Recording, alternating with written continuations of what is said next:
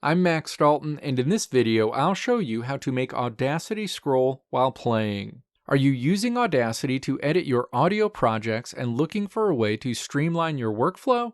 One handy feature in Audacity is enabling the interface to automatically scroll while playing back your tracks. This allows you to visually follow along with the audio as it plays, making editing and tracking segments much easier.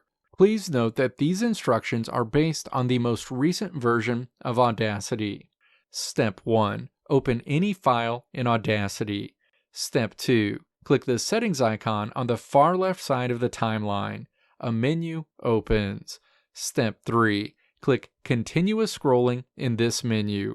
Going forward, whenever you play your audio file in Audacity, the sound wave will scroll as it plays rather than just sitting static. Let me know if this video helped you out in the comments below. If you liked what you saw here, click the video links on the right side of the screen to check out another video. Or click the logo on the left side of the screen to check out my tutorial website at www.maxdalton.how.